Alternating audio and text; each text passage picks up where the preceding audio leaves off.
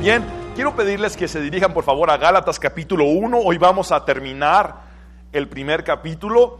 Vamos a estudiar 8 versículos en esta mañana. Y una vez que encuentren la epístola a los Gálatas, les pido que se pongan de pie. Vamos a leer la palabra del Señor. Y quiero que conmigo puedan darse cuenta que vamos a estudiar de los versículos 17 al 24, pero para entrar en contexto vamos a leer desde el 15. Y dice así la palabra del Señor en el nombre del Padre, del Hijo y del Espíritu Santo. Aquí empieza a hablar Pablo de su conversión. Dice: pero cuando agradó a Dios, que me apartó desde el vientre de mi madre y me llamó por su gracia, revelar a su Hijo en mí para que yo le predicase entre los gentiles, no consulté enseguida con carne y sangre. Y aquí es donde empieza nuestro estudio hoy. Ni subí a Jerusalén a los que eran apóstoles antes que yo, sino que fui a Arabia y volví de nuevo a Damasco. Después, pasados 3 años, subí a Jerusalén para ver a Pedro y permanecí con él 15 días. Pero no vi a ningún otro de los apóstoles, sino a Jacobo, el hermano del Señor. En esto que os escribo, he aquí delante de Dios que no miento. Después fui a las regiones de Siria y de Cilicia, y no era conocido de vista las iglesias de Judea que eran en Cristo. Solamente oían decir: aquel que en otro tiempo nos perseguía, ahora predica la fe que en otro tiempo asolaba. Y glorificaban a Dios en mí. Muy bien, quiero llevarlos por un momento, después de haber leído esta porción de la carta, al versículo 1 del capítulo 1. Pablo, apóstol, no de hombres, ni por hombre, sino por Jesucristo y por Dios Padre, que lo resucitó de los muertos. Muy bien, vayan conmigo al versículo 10. Pues busco ahora el favor de los hombres o el de Dios, o trato de agradar a los hombres, pues si todavía agradara a los hombres, no sería siervo de Cristo. Versículos 11 y 12. Mas os hago saber, hermanos, que el evangelio anunciado por mí no es según hombre, pues yo ni lo recibí, ni lo aprendí de hombre alguno, sino por revelación de Jesucristo. Vamos a orar. Señor, gracias por hablarnos en esta mañana a través de tu palabra, que es viva y eficaz y más cortante que toda espada de 2 filos. Señor, revélate a nosotros a través de tu palabra. Espíritu Santo, abre nuestro entendimiento y nuestros corazones, y que nuestros oídos espirituales puedan escuchar hoy el mensaje de Dios para nosotros. En el nombre de Jesús te damos gracias, amén y amén. Pueden sentarse, por favor, mis hermanos. Muy bien, estamos precisamente en medio de la porción autobiográfica del apóstol Pablo más extensa de todas sus cartas. ¿A qué me refiero con esto? El mismo apóstol Pablo empieza a hacer un relato de su historia en este texto en el que está siendo objeto de nuestro estudio.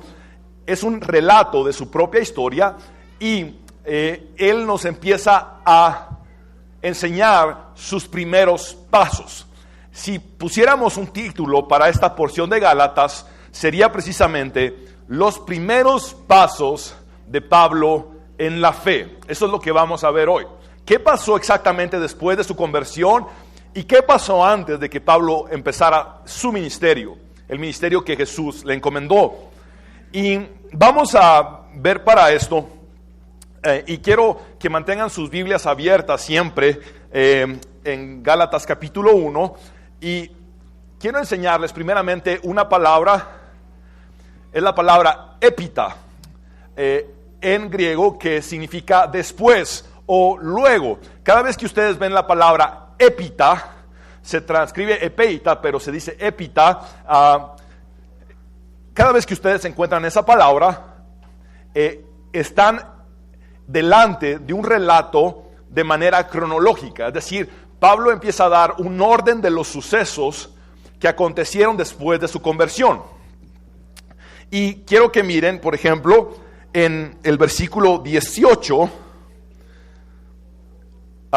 que aparece la palabra después. Repitan conmigo: después. Muy bien, esa palabra es épita. Vean, por ejemplo, el versículo 21. Nuevamente vemos la palabra después, es la palabra épita. Y al principio del capítulo 2, en el versículo 1, vemos nuevamente la palabra épita, que es la palabra después o luego. Esto quiere decir que Pablo está haciendo un relato de sucesos en forma ordenada cronológicamente. Entonces estamos frente a la autobiografía del apóstol Pablo más extensa en cualquiera de sus cartas. Y quiero que noten que él usa una palabra para referirse a cómo él iba a Jerusalén. Dice, o cómo la gente iba a Jerusalén, porque él está diciendo, ni subí a Jerusalén. Esa palabra subí la usa también cuando dice subí a Jerusalén para ver a Pedro en el versículo 18.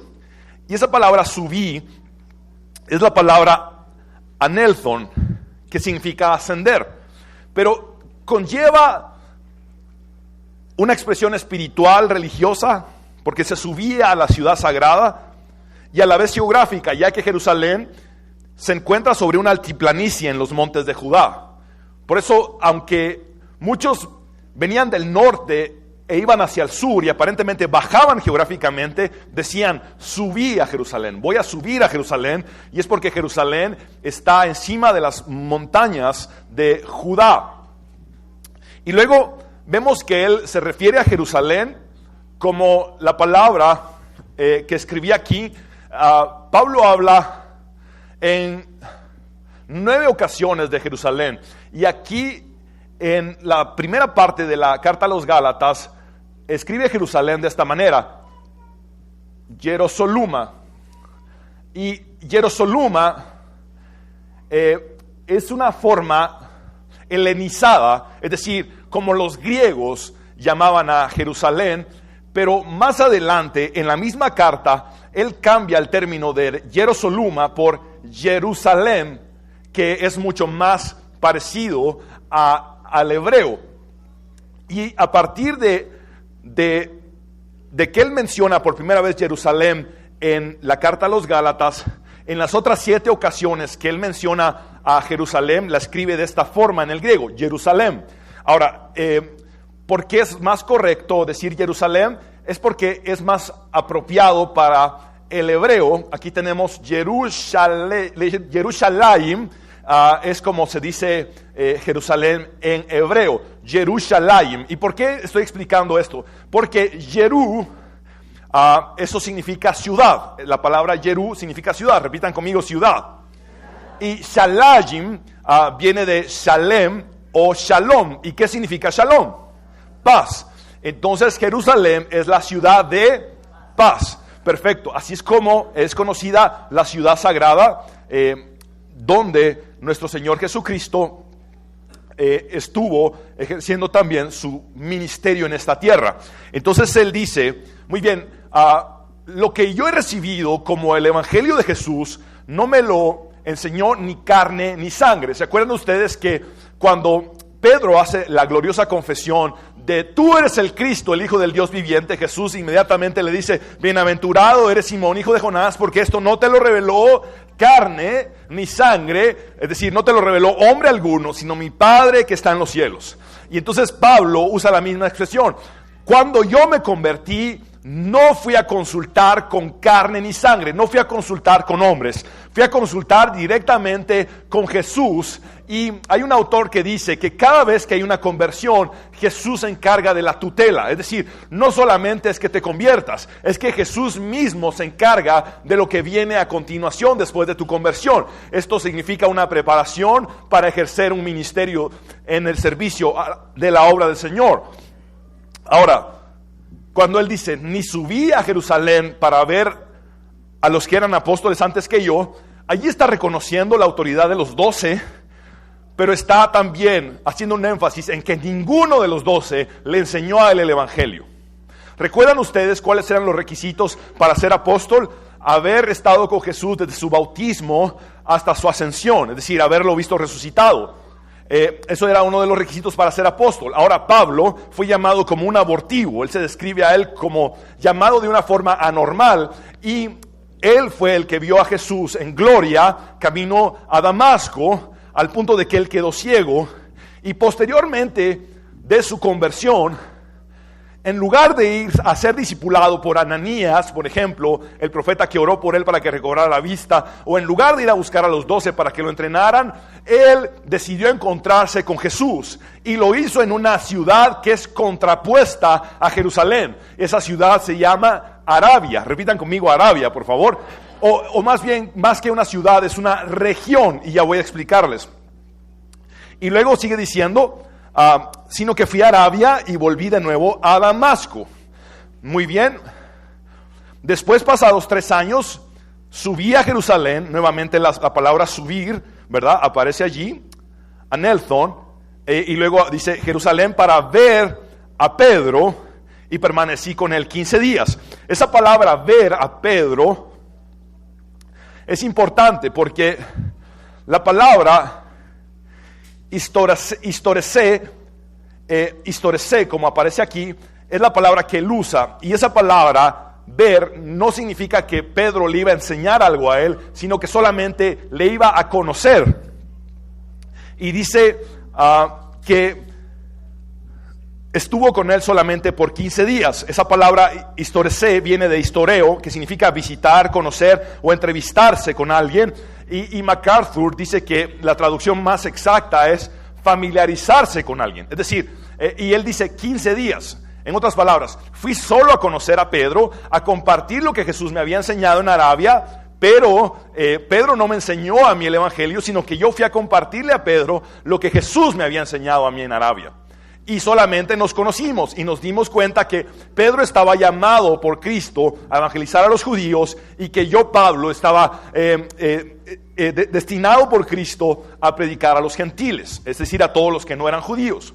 Ahora, Arabia aparece como Arabian, y es un tiempo muy importante. Yo diría que este tiempo es el fundamento para el ministerio posterior de Pablo. Sin Arabia, Pablo no hubiera sido el mismo. Ahora, después de haber estado en Arabia, fue a Damasco. Damascón es como se escribe en el griego.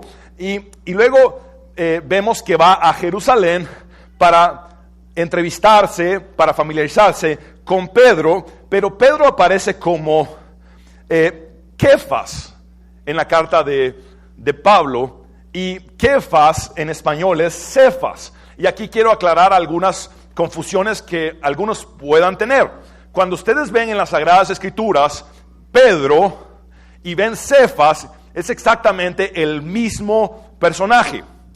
Cefas es piedra en arameo, y el idioma cotidiano que se hablaba entre los judíos era el arameo. El hebreo era el idioma religioso.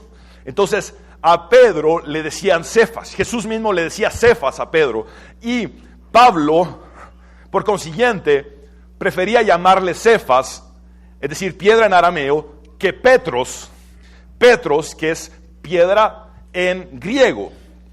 Muy bien, cuando ustedes ven Cefas, es piedra en arameo, y cuando ustedes ven Petros, es piedra en griego. Pero ambos nombres se refieren al mismo personaje, Simón Pedro, hijo de Jonás. Muy bien, ahora sigue diciendo él que solamente estuvo con Pedro 15 días, es decir, Pedro no lo discipuló, Pedro no le enseñó, solamente compartieron acerca de las revelaciones de Cristo que ambos habían obtenido. Y luego vemos que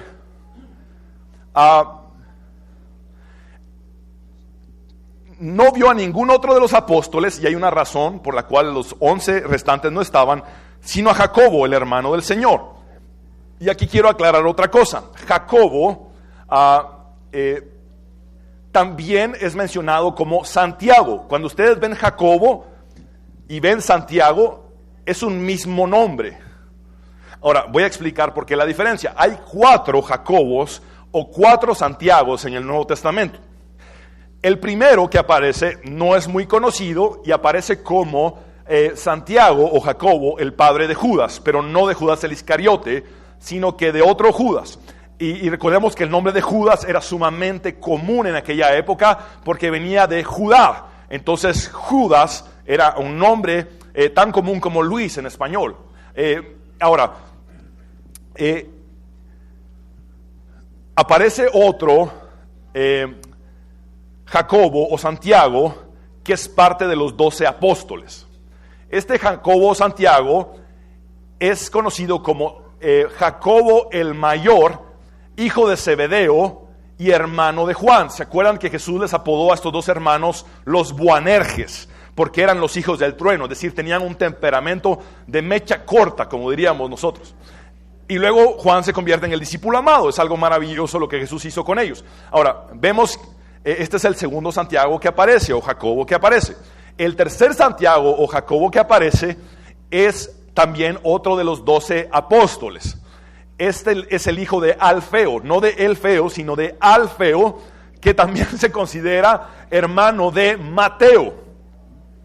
Y el cuarto Santiago, o Jacobo que aparece, es precisamente el medio hermano de Jesús, autor de la carta de Santiago que tenemos en el canon bíblico del Nuevo Testamento.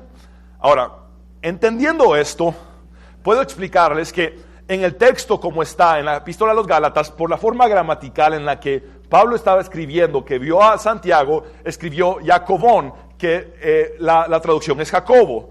El nombre tal cual es Jacobos, y evidentemente la traducción es Jacobo. Ahora, pastor, ¿de dónde sacan que Jacobo es también Santiago? Y es porque nosotros tenemos en el castellano influencia también latina, y en latín se le conoce a Jacobo como Sanctus Jacobus, y una contracción de esta palabra mezclada con esta, Sanct, hace la primera parte, Sant, y Jacobus, solo que al castellanizarlo quedó Santiago. Entonces, nunca se confundan. Jacobo y Santiago es la misma persona. Y nunca se confundan porque hay dos apóstoles, Jacobo el mayor, Jacobo el menor, que fueron parte de los 12. Hay un padre de un personaje llamado Judas.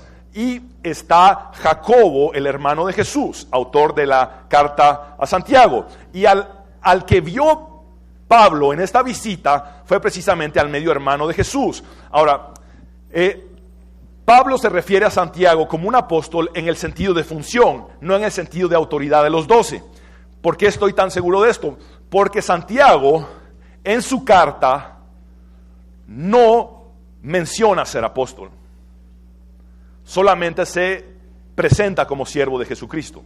Respetó la autoridad de los 12, aunque era apóstol en funciones, porque era un enviado. Ahora, todo esto es importante porque quiero que noten que hoy hemos tenido aquí, o hemos puesto 4 mapas para poderme explicar mejor en cuanto al recorrido geográfico de el apóstol Pablo. Muy bien, empezamos porque Pablo se convierte camino a Damasco, y tenemos a Damasco allí arriba.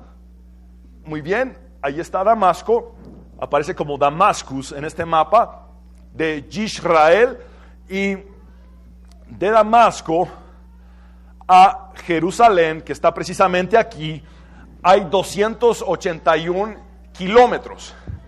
Y Pablo iba de Jerusalén con cartas de autorización para acabar con la iglesia cristiana de Damasco. Recorre 281 kilómetros, pero antes de llegar a Damasco, Jesús se le aparece en gloria y queda ciego. Entonces posteriormente lo llevan a Damasco, y en Damasco el profeta Ananías ora por él, recobra la vista. Pero antes de empezar su ministerio, como Pablo sabía que el evangelio le vendría directamente de Dios y no por parte de hombres, entonces Pablo decide adentrarse, en lugar de ir a Jerusalén, decide adentrarse en el desierto de Arabia, que es el reino árabe de Nabatea. El reino de Nabatea, para explicarlo, me vengo a este mapa y quiero que vean que aquí está Israel, muy bien. Tenemos a Jerusalén aquí. Luego él evidentemente fue a Damasco, pero de Damasco él dice, no me fui a Jerusalén a buscar a los 12, sino que me fui a Arabia, y Arabia estaba compuesto, este reino árabe de Nabatea estaba compuesto por Siria, Jordania y Arabia Saudita. es decir, era una región muy grande, era un reino árabe que estaba en contra del reino romano, y el reino romano, el imperio romano evidentemente estaba en contra de este reino árabe. Entonces él se viene para un lugar, Pablo dice, muy bien, me voy a ir de Damasco a Arabia, y se adentró en este desierto donde no habían judíos. Ahora, algunos árabes habían escuchado en el día de Pentecostés el mensaje de salvación de Cristo. Y quiero que miren, por favor, en Hechos 2:11, que dice, cretenses y árabes, es decir, esos árabes eran algunos nabateos, les oímos hablar en nuestras lenguas las maravillas de Dios. Muy bien, ahora, ¿por qué Pablo dice, no fui a Jerusalén? Y era porque Jerusalén era precisamente la base donde estaban los 12 apóstoles. Donde se encontraban los 12 apóstoles en su cuartel general era Jerusalén. Pero vean en Hechos 8:1 que dice, en aquel día hubo una gran persecución contra la iglesia que estaba en Jerusalén. Y todos fueron esparcidos por las tierras de Judea y de Samaria, salvo ¿quiénes? Los apóstoles. Ahora, los 12 apóstoles se quedaron en Jerusalén porque allí era su cuartel general. Entonces Pablo está diciendo, yo no me fui a buscar a esos 12, no recibí el evangelio de estos 12, sino que me fui a Arabia a recibir el evangelio directamente de parte de Jesús. Ahora, ¿cuánto tiempo se fue a Arabia? Precisamente él da la respuesta en el versículo 18, después pasados 3 años. Es decir, estuvo un promedio de 3 años en la región de Arabia, por este sector cercano a Damasco, solamente él con Jesús. Allí no habían judíos, no habían realmente cristianos, y él estaba en una soledad encontrándose con Cristo, y Cristo ahí le enseñó el evangelio. Muy bien. Vemos también que él se encuentra con Pedro, llamado Cefas. Veamos Juan 1:42, dice, y le trajo a Jesús, y mirándole Jesús dijo, tú eres Simón, hijo de Jonás, tú serás llamado Cefas, que quiere decir Pedro, y que evidentemente es piedra en arameo. Muy bien. Ahora, vemos que también se encontró con Jacobo, hermano de Jesús, ya lo revisamos, y vemos una cita que dice Marcos 6:3, ¿no es este el carpintero, hijo de María? Ayúdenme a contar los hermanos mayores, los hermanos de Jesús, hermano de Jacobo, los medios hermanos, hermano de Jacobo, de José, de Judas y de Simón. Eran 4 hermanos varones los que tenía Jesús, y luego dice que tenía también hermanas. No están también aquí con nosotros sus hermanas, y se escandalizaban de él. El hecho de que dice hermanas en plural significa que tuvo por lo menos 2 hermanas mujeres. Por lo menos fueron 6 los hermanos de Jesús y 7 los hijos de María.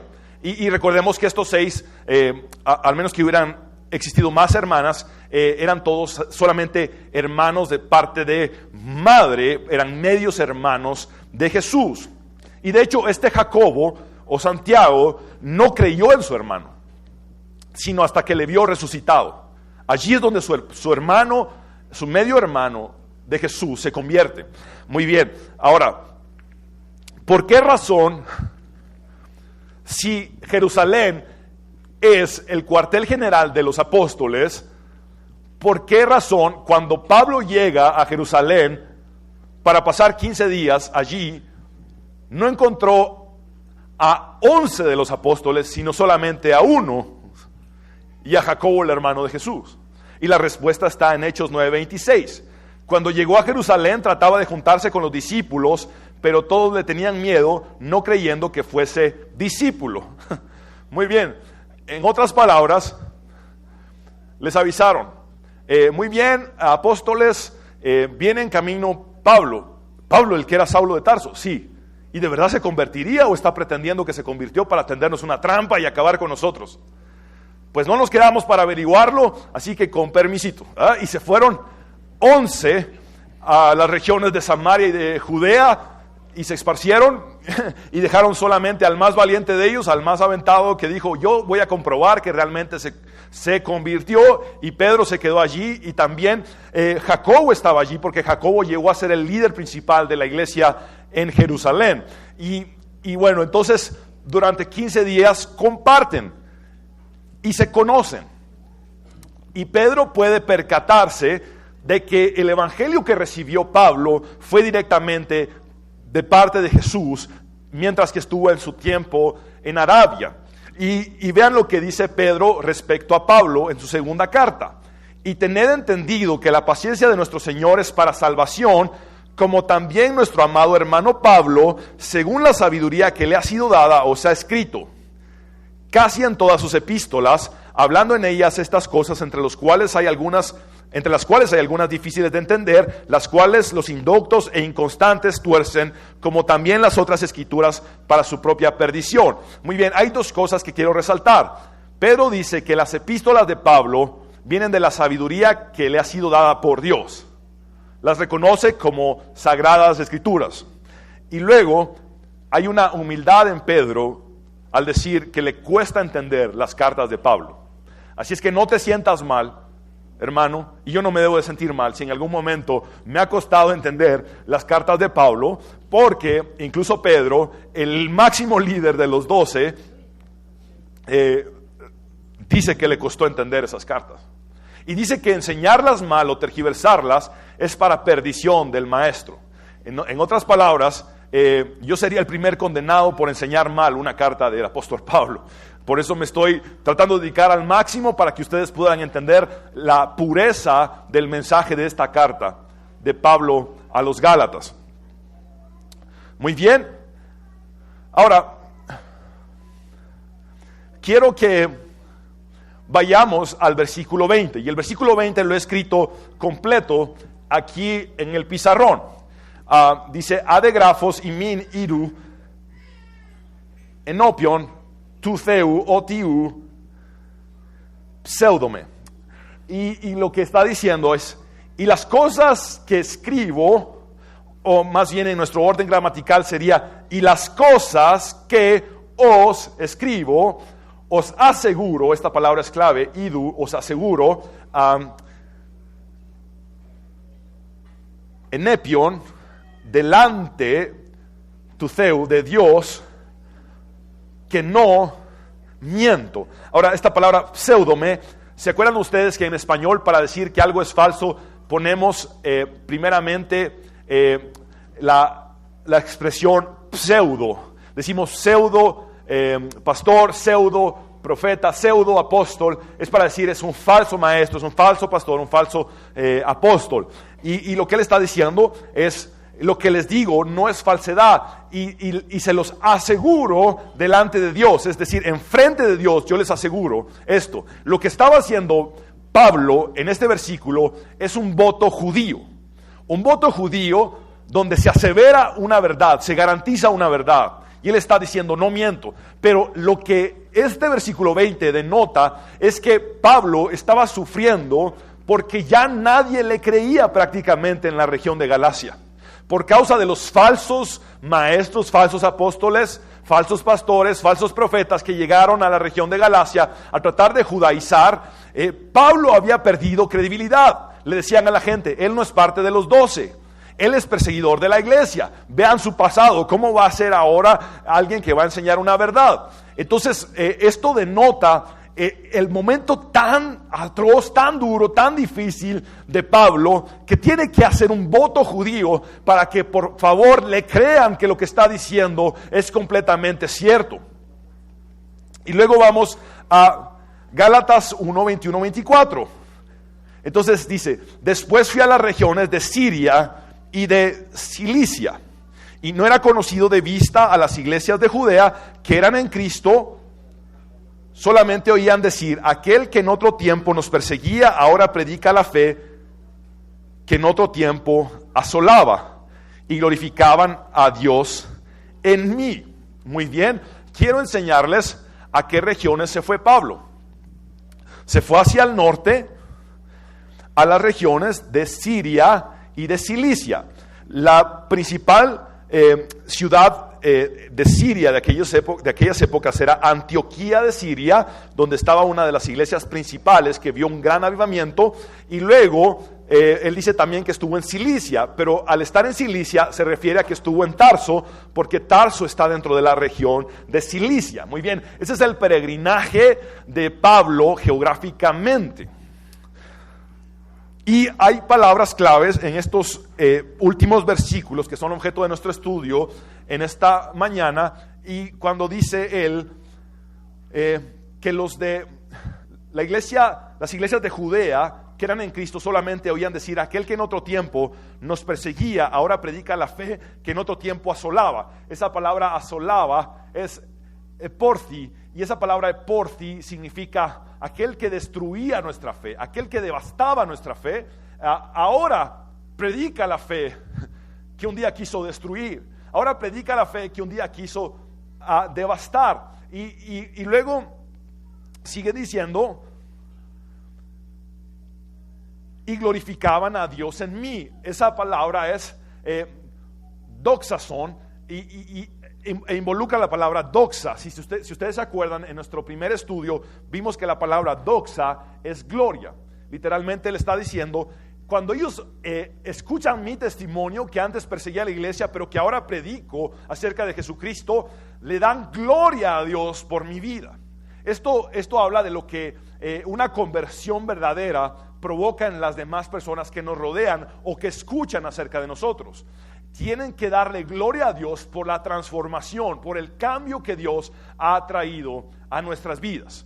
Muy bien, ya que los he puesto en un contexto geográfico y cronológico de los primeros pasos de fe del apóstol Pablo, ahora quiero que lo sopesemos o que lo comprobemos con lo que dice el libro de Hechos. Y ordené en 6 puntos cronológicamente lo que Pablo experimentó. Muy bien, Saulo de Tarso se encuentra con el Cristo resucitado camino de Damasco. Muy bien, iba recorriendo 281 kilómetros desde Jerusalén hasta Damasco, allá en el extremo. Y antes de llegar a Damasco sucede esto, Hechos 9:3-5. Mas yendo por el camino, aconteció que al llegar cerca de Damasco, repentinamente le rodeó un resplandor de luz del cielo, y cayendo en tierra oyó una voz que le decía: Saulo, Saulo, ¿por qué me persigues? Él dijo: ¿quién eres, Señor?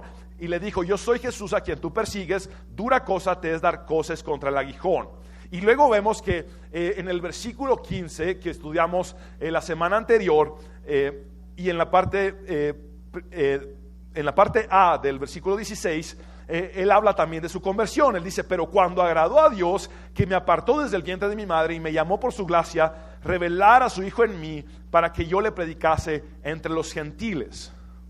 Muy bien, entonces vemos como primer punto, como el punto de partida, la conversión de Saulo. Muy bien, después fue llevado a Damasco para encontrarse con el Señor Jesús, y también encontrarse con Ananías, más bien, que recibió la instrucción del Señor Jesús para que recobrara la vista.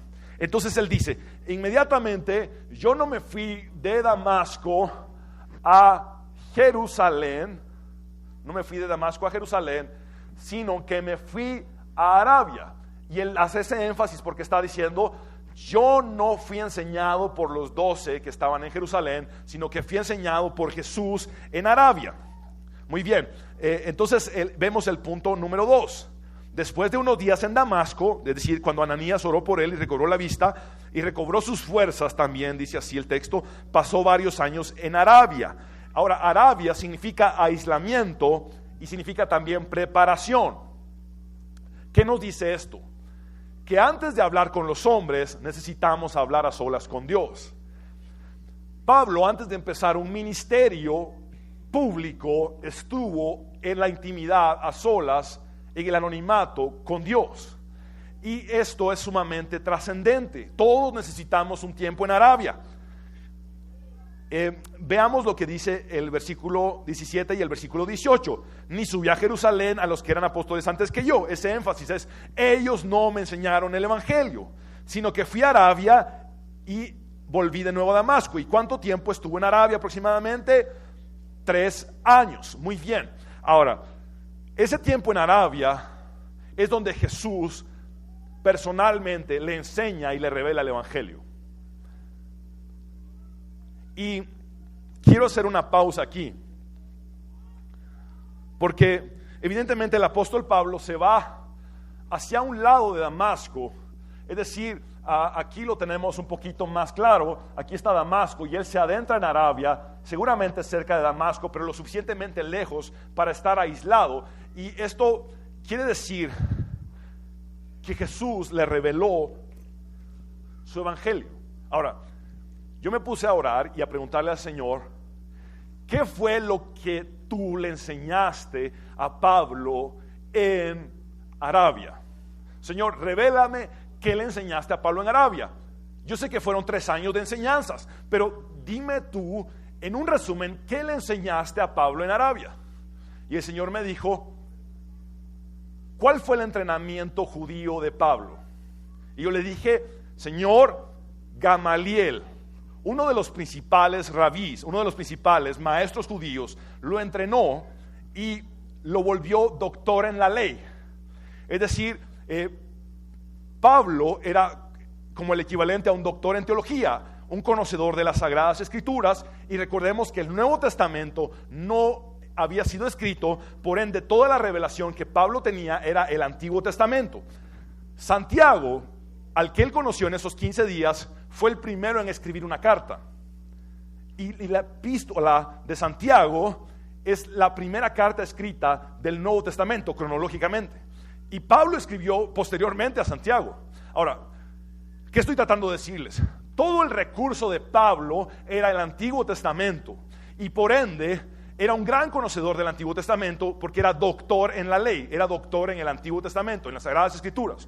Y por esta razón, él necesitaba que no solamente un buen maestro judío le enseñara las Escrituras del Antiguo Testamento, sino que Jesús le revelara el Antiguo Testamento.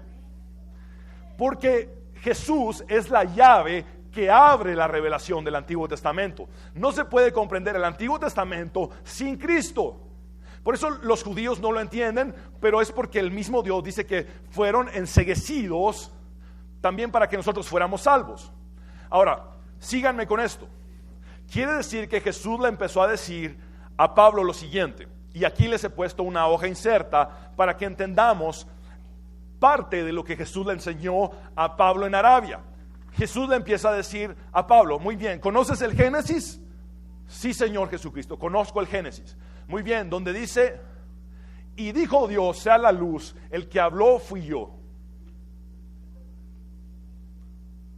Juan lo dice también, en el principio era el verbo y el verbo era con Dios y el verbo creó todo cuanto existe. Muy bien, Pablo, ahora el Génesis cobra sentido, la creación cobra sentido, porque el que dijo que las cosas fueran hechas fui precisamente yo, tu Señor Jesucristo. Y luego le empieza a decir en Génesis 3:15, ¿qué encuentras? Que de la simiente de la mujer vendría alguien que sería herido por la serpiente en el calcañar, pero que luego que vendría de simiente de la mujer heriría a esa serpiente en la cabeza. Y Jesús le dice, ese de simiente de mujer soy yo, soy el único que solamente proviene de una mujer, que no hubo un hombre metido en la fecundación de Jesús, sino su padre que engendró a Jesús en la Virgen María. Muy bien.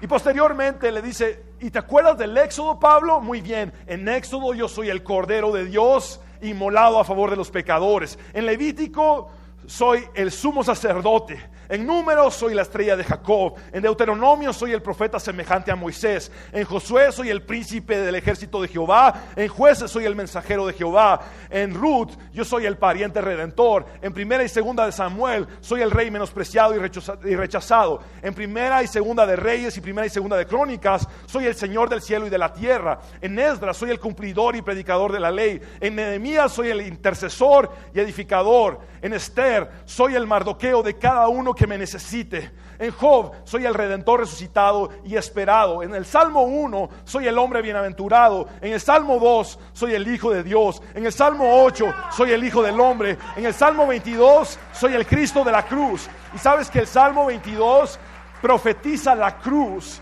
profetiza que Jesús sería clavado en la cruz. El Salmo 22 es un salmo profético acerca de la cruz. El Salmo 23, Jesús dice: yo soy el pastor divino. En el Salmo 24 soy el rey triunfante. En el Salmo 72 soy el rey gobernante. En el Salmo 150 soy el director de las alabanzas, aquel que vino a buscar adoradores para su Padre. En Proverbios soy la sabiduría personificada. En Eclesiastés soy el sabio olvidado. En Cantar de los Cantares soy el amado de tu alma. En Isaías soy el siervo sufriente y tu sustituto. En Jeremías Jesús es el renuevo justo de David. En Lamentaciones es el varón de dolores. En Ezequiel es el hombre glorificado en el trono. En Daniel es la piedra que llena toda la tierra. Y también es el cuarto varón en el horno de fuego donde estaban Sadrach, Mesach y Abednego. En Oseas es el hijo mayor de David. En Joel, el Señor de toda bondad. En Amós, el ejecutor de todo juicio. En Abdías, el rey y salvador del monte de Sión. En Jonás, el salvador sepultado y resucitado. En Miqueas, el Señor de la eternidad. En Nahum, la fortaleza en día de angustia. En Habacuc, el ancla del justificado por la fe. En Sofonías, el juez y purificador en medio de Israel. En Ageo, el deseado de todas las naciones. En Zacarías es el renuevo y pastor herido. Y en Malaquías es el sol de justicia. Muy bien, Pablo, has entendido ahora el Antiguo Testamento, has entendido ahora las Escrituras, que yo he estado siempre allí. Ahora ve y predica mi evangelio. Después del tiempo en Arabia, donde Pablo se encuentra con Cristo, estaba listo para servir a Cristo.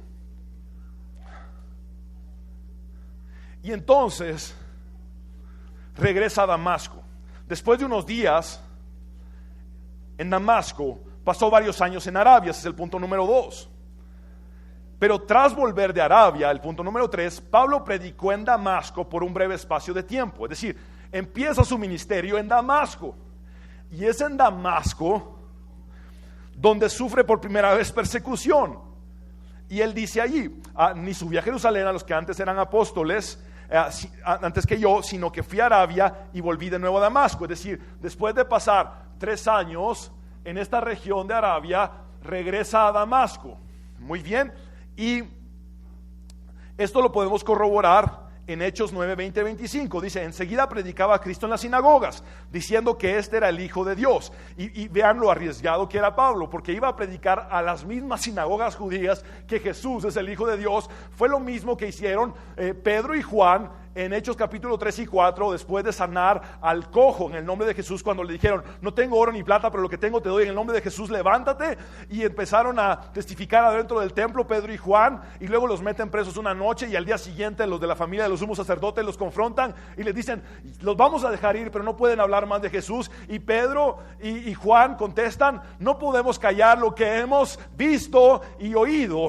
Es exactamente lo mismo que hizo Pablo posteriormente, meterse en las sinagogas a decirles: ¿saben qué? Jesús es el Hijo de Dios. Y luego, y todos le oían, y todos los que le oían estaban atónitos y decían: ¿no es este el que asolaba en Jerusalén a los que invocaban este nombre? Ya eso vino acá para llevar los presos ante los principales sacerdotes. Pero Saulo mucho más se esforzaba y confundía a los judíos que moraban en Damasco, demostrando que Jesús era el Cristo. Pasados muchos días, los judíos resolvieron en consejo matarle. Pero sus acechanzas llegaron al conocimiento de Saulo, y ellos guardaban las puertas de día y de noche para matarle. Entonces los discípulos, tomándole de noche, le bajaron por el muro, descolgándole en una canasta.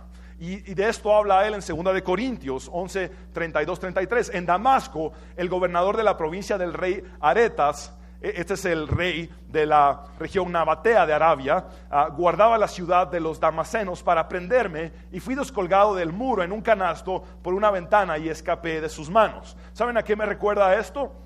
A cuando Rahab ayudó a los 2 espías en Jericó, que puso un lazo por una ventana que daba hacia el muro, y de esa forma escaparon. Pablo escapó de la misma manera en la primera ciudad donde predicó. Pero ¿qué significa Damasco? ¿Cómo se aplica para nosotros? Damasco es el lugar precisamente donde él había causado destrucción. ¿Y por qué digo que él había causado destrucción? Porque él había logrado la primera autorización judía para acabar con los cristianos de Damasco. Aunque él ya no pudo ir a Damasco a destruirlos, otros judíos con esa misma autorización que él tuvo, las cartas de las sinagogas, fueron a destruir a los cristianos de Damasco. Volver a Damasco es enfrentar el daño que has hecho.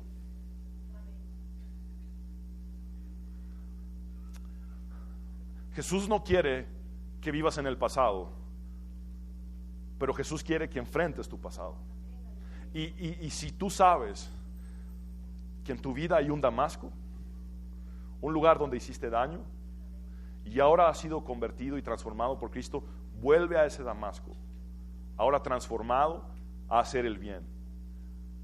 Pablo quería destruir la fe de los cristianos en Damasco, y después llegó a predicar acerca de la fe de Cristo a Damasco, aunque él sabía que los mismos que con él habían perseguido a la iglesia estaban ahora peor en su contra, porque él había desertado de los judíos.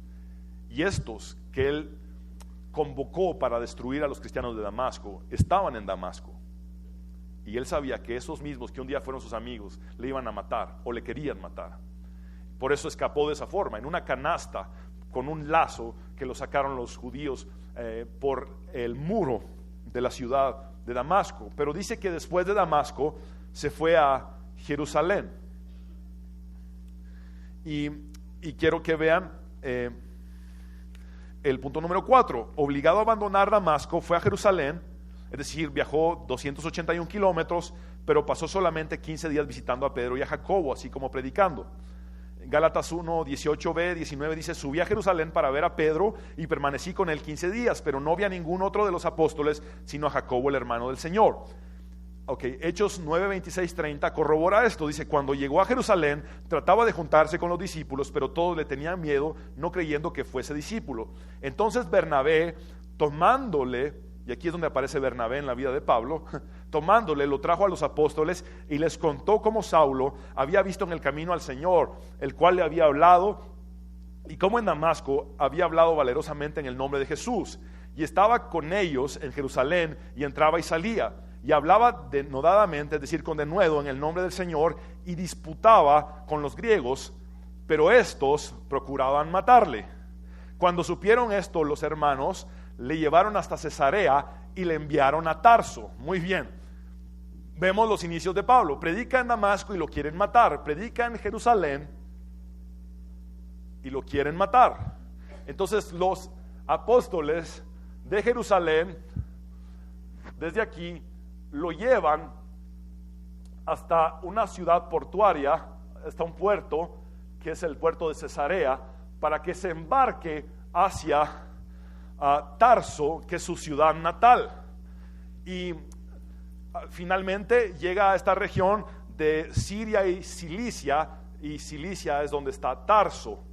Ahora, ¿qué significa ir a Tarso? Tarso significa encontrarte con las personas con las que te involucraste en tu niñez y en tu juventud.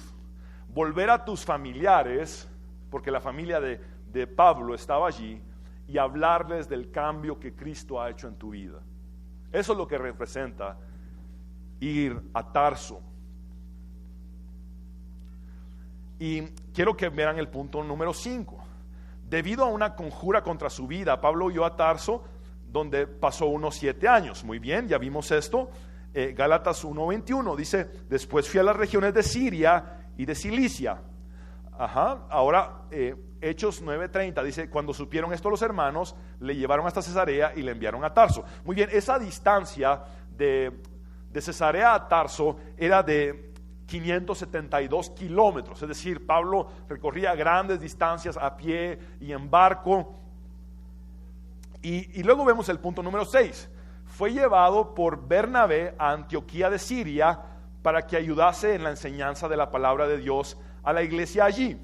Veamos Hechos 11, 25, 30. Después fue Bernabé a Tarso para buscar a Saulo, y hallándole le trajo a Antioquía, y se congregaron allí todo un año con la iglesia y enseñaron a mucha gente, y a los discípulos se les llamó cristianos por primera vez en Antioquía. Hasta allí se les llamó cristianos por primera vez, con Pablo en el contexto. ¿Saben por qué les dijeron cristianos? Porque se parecían a Cristo. Por eso nos llamamos cristianos, no por ser religiosos, sino porque nos parecemos a Cristo. Esto significa que Pablo decía, ya no vivo yo, sino que Cristo vive en mí. Y eso es parecerse a Cristo. Por eso nos llamamos cristianos. Y luego dice, en aquellos días unos profetas descendieron de Jerusalén a Antioquía, y levantándose uno de ellos llamado Agabo, daba a entender por el Espíritu que vendría una gran hambre en toda la tierra habitada, la cual sucedió en tiempo de Claudio. Entonces los discípulos, cada uno conforme a lo que tenía, determinaron enviar socorro a los hermanos que habitaban en Judea, lo cual en efecto hicieron, enviándolo a los ancianos por mano de Bernabé y de Saulo. Esa fue la segunda visita de Saulo a Jerusalén, llevando ayuda por una hambruna que hubo allí. Muy bien, ahora que estamos claros en el contexto geográfico y cronológico de los primeros pasos de Pablo en la fe, quiero resumirlos. Por favor, síganme detenidamente. Muy bien, Pablo se convierte camino a Damasco. Iba de Jerusalén a Damasco y se convierte aquí. Posteriormente en Damasco, Ananías ora por él y recobra la vista, recupera sus fuerzas, y en lugar de ir a Jerusalén para ser instruido por los 12, él dice que no iba a recibir el evangelio de parte de hombres, sino que de parte de Jesucristo, y entonces se va a un aislamiento a la región del desierto de Arabia. Está un promedio de 3 años ahí, regresa a Damasco, al lugar donde él había hecho daño, y va a reivindicar el daño que hizo y empieza a predicar a Cristo. Allí lo quieren matar y los discípulos o los seguidores de Jesús lo ayudan a escapar por medio de una ventana que estaba en el muro, y lo cargaron en una canasta amarrada a un lazo. Entonces él va a Jerusalén, y al llegar a Jerusalén se encuentra con Pedro. Los otros 11 se van huyendo con miedo, y Pedro comparte con él 15 días, y allí conoce también a Santiago, el medio hermano de Jesús. Muy bien, después él empieza a predicar en Jerusalén y quisieron matarle. Entonces lo llevaron a Cesarea, que está aquí, para que se embarcara rumbo a Siria y Cilicia. Y esta es esta región. Siria es importante porque allí estaba la iglesia, Antioquía de Siria, y Cilicia es importante porque allí estaba Tarso, su ciudad natal. Entonces él va a Tarso y se queda allí. Allí vemos que eso significa predicarle a los amigos de la infancia, predicarle a los familiares, a los amigos de la juventud. Muy bien, ahora Dios permite que en Antioquía de Siria hubiera un avivamiento tan grande que los discípulos y los apóstoles de Jerusalén deciden enviar a Bernabé para ver lo que estaba pasando en Antioquía. Pero Bernabé, cuando llega a Antioquía de Siria, dice: aquí hace falta alguien, y se va a Tarso a traer a Pablo y le dice: vente conmigo a Antioquía de Siria, y empiezan a ministrar a la iglesia de Antioquía de Siria por un año entero. Después de ese año, esta iglesia de Antioquía de Siria envía a Pablo y a Bernabé a su primer viaje misionero en el año 47 después de Cristo, y ese viaje misionero, adivinen a dónde fue: a Galacia, al sur de Galacia.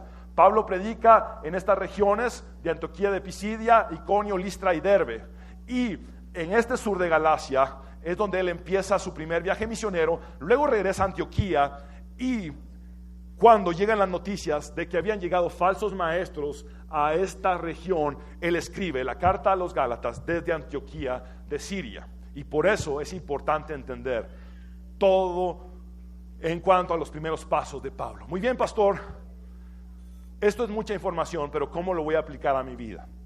Y quisiera pedirte que te pongas de pie un momento. Vamos a finalizar con la aplicación.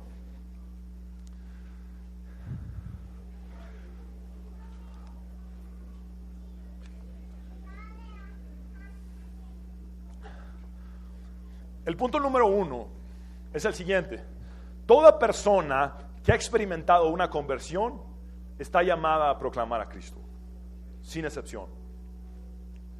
¿Cuántos de aquí son nacidos de nuevo?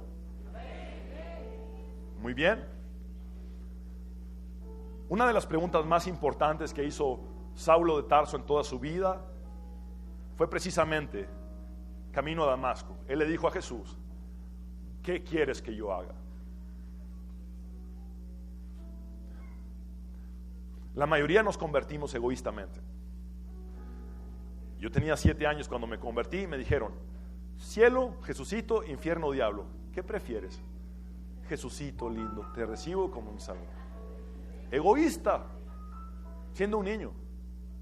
Pero Pablo entendió: no, si Él se encontró conmigo es para que yo haga algo. Y la salvación no es egoísta. La salvación es para ser compartida. Y por eso Pablo dice: ¿qué quieres que yo haga?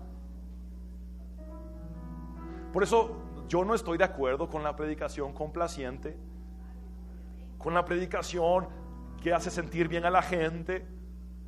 Pablo dijo: yo no estoy aquí para agradar a hombres, estoy aquí para agradar a Dios y para darles el verdadero evangelio. El verdadero evangelio conlleva, es cierto, tú me has salvado y eso es un beneficio para mí, pero ahora, ¿qué quieres tú de mí? Aquí estoy, úsame, ¿qué quieres que yo haga? Y por eso me encantan las palabras de Jesús en Hechos 1:8, cuando dice: pero recibiréis poder cuando haya venido sobre vosotros el Espíritu Santo, y me seréis testigos en Jerusalén, en toda Judea, en Samaria y hasta el último de la tierra. Repitan conmigo: testigos, por favor. Muy bien, esa palabra testigos es la palabra griega mártires. Esta palabra mártires en español es mártires. Jesús está diciendo: cuando venga el Espíritu Santo sobre vosotros, me seréis mártires. ¿Saben qué significa ser un mártir? Es alguien que está dispuesto a morir por causa de su fe. No es alguien que llega a la iglesia para que le digan cosas lindas para este mundo, para satisfacer los deseos de los ojos, los deseos de la carne y los deseos que el mundo ofrece.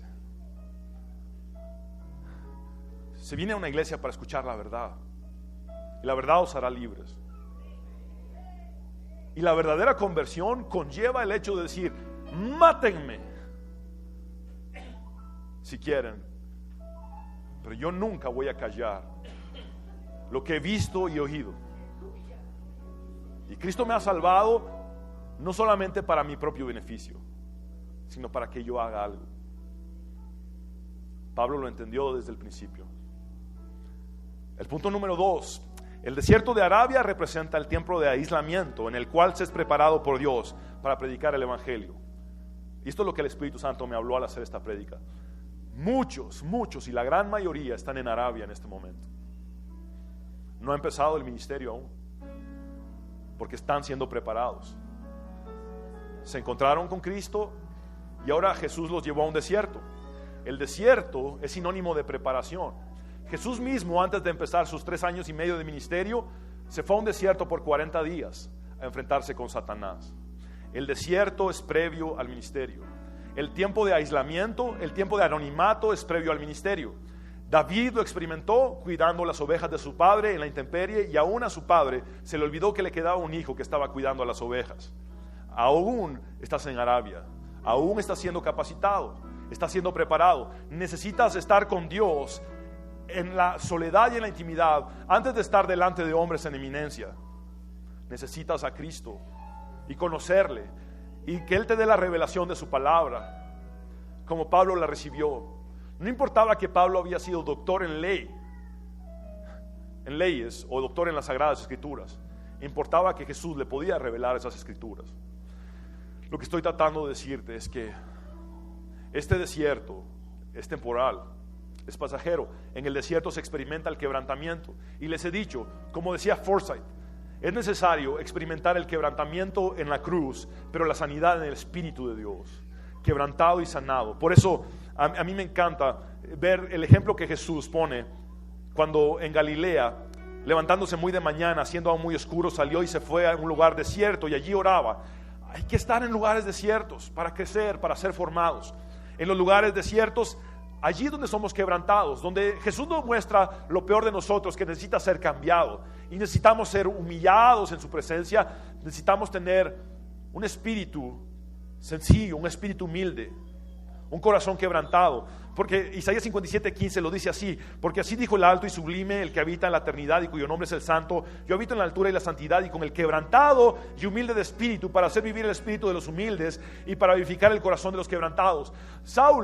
Pablo estaba quebrantado, sabía que había lastimado a la iglesia de Jesús, pero necesitaba ser quebrantado en su presencia antes de ir a sanar a la iglesia de Jesús.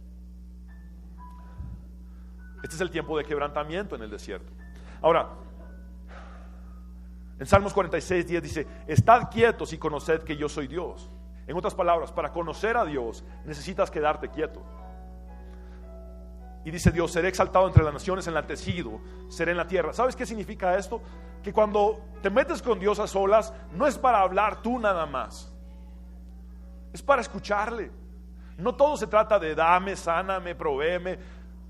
Hay que estar quieto y callado en su presencia, y allí Él te empieza a revelar y te empieza a mostrar y te empieza a decir lo que necesitas hacer, paso a paso, como Pablo. Le hizo todo un itinerario, una agenda. Muy bien, Pablo, es el tiempo de volver a Damasco, es el tiempo de volver a Jerusalén, es el tiempo después de ir a Tarso, ahora tienes que ir a Antioquía y ahora tienes que ir al sur de Galacia. Le hizo una agenda divina, y eso es solamente escuchando la voz del Espíritu Santo que te guía a toda verdad. Hay que callar en la presencia de Dios, hay que callar en su presencia y escuchar. Salmo 32:8: te haré entender y te enseñaré el camino en que debes andar, sobre ti fijaré mis ojos. El hombre hace planes, pero Dios endereza sus pasos. Dios tiene un itinerario para ti.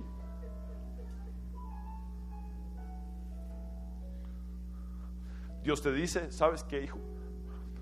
Vamos a Arabia, te voy a preparar, te voy a capacitar. Ahora quiero que regreses a tu Damasco. Quiero que vayas a ese lugar donde hiciste tanto daño cuando no me conocías, y quiero que ahí les enseñes el cambio que yo he hecho en ti, y que reivindiques el daño que hiciste, y que incluso arriesgues tu vida por mí. Muy bien, hijo, es el tiempo de ir a Jerusalén. ¿Y sabes qué significa Jerusalén? El punto número 3, después de estar a solas con Dios, es el momento de buscar la unidad con tus hermanos en Cristo. Después, pasados 3 años, subí a Jerusalén para ver a Pedro y permanecí con él 15 días, pero no vi a ningún otro de los apóstoles, sino a Jacob, el hermano del Señor. Es necesario que te unas con hermanos. Después de estar en Arabia, después de reivindicar el daño que hiciste en Damasco, únete a tus hermanos para ejercer un servicio en la obra de Dios. Mira lo que dice Eclesiastés 4:9: mejores son 2 que 1, porque tienen mejor paga de su trabajo. Juan 17:21, Jesús orando dice: para que todos sean uno, como tú, oh Padre, en mí y yo en ti, que también ellos sean uno en nosotros, para que el mundo crea que tú me enviaste. Muy bien. Después Jesús te dice: hijo, hija de Jerusalén, tienes que volver a Tarso, porque yo no me he olvidado de tus amigos de infancia, no me he olvidado de la gente que estuvo en tu niñez, no me he olvidado de la gente que estuvo en tu juventud. Tienes que volver a ellos, tienes que ir a Tarso. Ve con tu familia, ve con tus amigos, primos, tíos, sobrinos, ve con tus parientes a Tarso y háblales del cambio que yo he hecho en ti. Y déjame decirte algo: van a decir que estás loco, van a decir que estás loco, pero no importa, tú testifícales. Y luego el punto número 4, Dios anhela que seamos firmes en el ministerio que nos ha encomendado, aun cuando suframos oposición. Jesús dijo: en el mundo tendréis aflicción, y el mundo está bajo el maligno. Eso significa que el mundo está en contra del evangelio de Dios. Pero quiero que entiendas esto. Pablo predica en Damasco por primera vez y lo quisieron matar, lo bajaron por una canasta y un lazo desde un muro. Luego se va a Jerusalén, predica ahí, lo quisieron matar, se va a Tarso. Luego se va a Antioquía, de Antioquía lo envían al sur de Galacia. En el sur de Galacia lo apedrearon por primera vez y lo dieron por muerto. Siempre hay oposición, pero no hay que rendirse. No hay que rendirse. Miren lo que dice en 2 Corintios 11:26: en caminos muchas veces, en peligros de ríos, peligros de ladrones, peligros de los de mi nación, es decir, de los judíos, peligros de los gentiles, es decir, los no judíos, peligros en la ciudad, peligros en el desierto, peligros en el mar, peligros entre falsos maestros. Pero también le dijo a Timoteo, ese pastor que fue entrenado por Pablo: porque no nos ha dado Dios espíritu de cobardía, sino de poder, de amor y de dominio propio. No te rindas ante la oposición. Sigue adelante. Y el punto número 5 y final: El testimonio de la obra de Dios en tu vida es extremadamente poderoso. Tu testimonio es más poderoso que tus palabras. Porque ¿de qué sirve hablar cuando no vives lo que predicas? Tu testimonio es importantísimo. Y mira lo que pasa en Gálatas 1, 22, 24. Y no era conocido de vista a las iglesias de Judea que eran en Cristo. Solamente oían decir: aquel que en otro tiempo nos perseguía, ahora predica la fe que en otro tiempo asolaba. Pero vean lo que provocaba el testimonio de Pablo en estos creyentes, aunque no lo conocían de vista. Y glorificaban a Dios en mí. Es decir, le daban la gloria a Dios por mí. Porque solo Dios puede transformar a alguien de la forma en la que Pablo fue transformado. Y por eso Jesús dice en Mateo 5:16: así alumbre vuestra luz delante de los hombres. La luz es el testimonio, para que vean vuestras buenas obras y glorifiquen a vuestro Padre que está en los cielos. ¿Está tu vida dándole la gloria a Dios? ¿Está la gente a tu alrededor diciendo: saben que al ver su conversión debo de glorificar a Dios, porque solo Dios puede transformar a una persona de esta manera? Esto es lo que Dios tiene como un mensaje para ti hoy. Él se encontró contigo, pero ahora te toca a ti servirle. Tienes que ir a Arabia a ser preparado. Esto es el desierto. El desierto no es sencillo, no es fácil, es quebrantamiento, pero es aprendizaje, es una escuela. La universidad de Dios se llama desierto. Por otro lado, tienes que volver a Damasco, a donde hiciste daño, a reparar el daño que hiciste. Por otro lado, tienes que ir a Tarso, a hablar con todos los que conoces desde tu niñez hasta la fecha de hoy, acerca de Cristo y el cambio que Dios ha hecho en ti. Por otro lado, vas a enfrentar oposición y van a decir que estás loco, pero es parte de lo que Dios anhela que tú experimentes, para que no te avergüences del evangelio, porque es poder de Dios para salvación. Tú me dices loco, pero a mí no me da vergüenza. Y por otro lado, que tu testimonio tenga el poder en las manos de Dios, para que otros se den cuenta de la capacidad de Dios para transformar, pero también puedan darle gloria a Dios por el cambio que han visto en tu vida. Tengo que orar, el tiempo ha avanzado. Señor, gracias por habernos hablado en esta predicación. Bendice a tu iglesia, a tu pueblo. Señor, yo te pido especialmente por aquellos que recientemente se han convertido, aquellos que recientemente se han encontrado contigo. Y tú me has hablado, Espíritu Santo, que la mayoría está en Arabia, están siendo preparados y capacitados para un ministerio. Muéstrate a ellos, Señor, en el quebrantamiento del desierto, en la soledad del desierto. Muéstrate a ellos, Señor, en el nombre de Jesús, te lo pido con todo mi corazón. Señor, capacítalos para usarlos grandemente. Señor, llévalos ahora a Damasco, a que reparen el daño que hicieron, que enfrenten el pasado, que no vivan en la condenación del pasado, pero que enfrenten el pasado. Señor, que vuelvan a aquellos de su infancia y de su juventud, que vuelvan a sus familiares a hablarles del cambio que tú has hecho, Señor, y que luego vayan a Antioquía de Siria a servirte, para ser enviados a su Galacia.